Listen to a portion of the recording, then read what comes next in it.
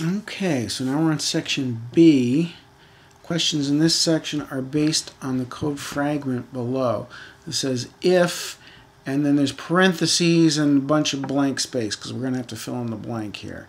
And then there's an opening brace right here. So this is the beginning of our if block, and this is the end of our if block, the closing brace. And so let's see. So we're going to have to fill in something in here that's going to evaluate to be either true or false. And if it's true, then we're going to make this method call to turn, and we're going to turn 5 degrees. Okay. It says, in the code above, what would you add inside the parentheses so that the turn method is called 25% of the time?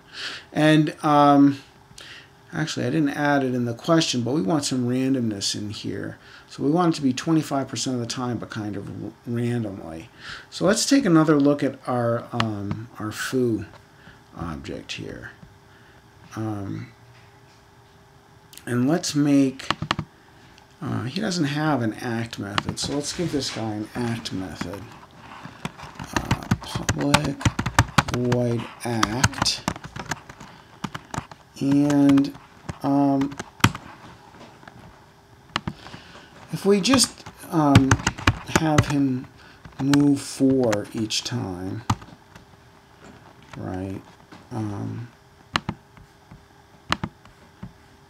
then when we stick this guy on here and say run, it goes in a straight line, not very exciting, right? So let's say we want him to turn 25% of the time. So we want to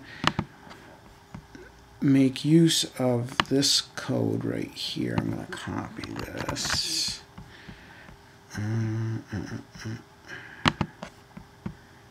Into foo.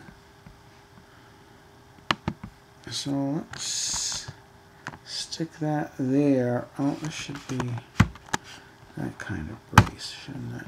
And I'm going to go into edit and say auto layout to clean it up a little bit. So now I want to stick something in here so that 25% of the time will turn 5. So let's take a look at the Greenfoot class documentation. If we look at Greenfoot, we have this nice method called getRandomNumber, and that returns a random number between 0 inclusive and limit exclusive. So what that means, inclusive means that 0 is one of the things that could possibly be returned, and exclusive means that limit is not one of the possible things that could be returned. So if I said, if I made my limit, so we have one input parameter that we have to give it, which is an integer. So if I give it 10, for example, then it'll return a random number between, then it'll return either 0, 1, 2, 3, 4, 5, 6, 7, 8, or 9. It does not return 10 because the limit is excluded. So there are 10 possible numbers, right? 0, 1, 2, 3, 4, 5, 6, 7, 8, 9. That's 10 numbers, right? 1 through 9, and then the 10th one is the 0, right? So if we want, so we're going to have to use this getRandomNumber. Now notice there's also this thing called static. Okay, which basically means, we don't have to worry too much about that at this point, but basically what that means is that we're going to have to say Greenfoot dot get random number. Is that, did I say it right? Get random number,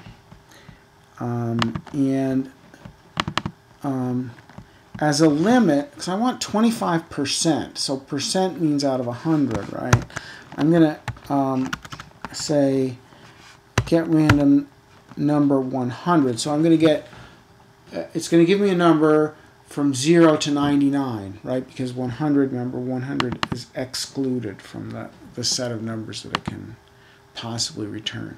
So it's going to give me 0 through 99. So I'm going to say if that's less than 25, then all the numbers less than 25 that I could get would be 0 through 24, right? So there's 25 possible numbers that I could get out of 100, right?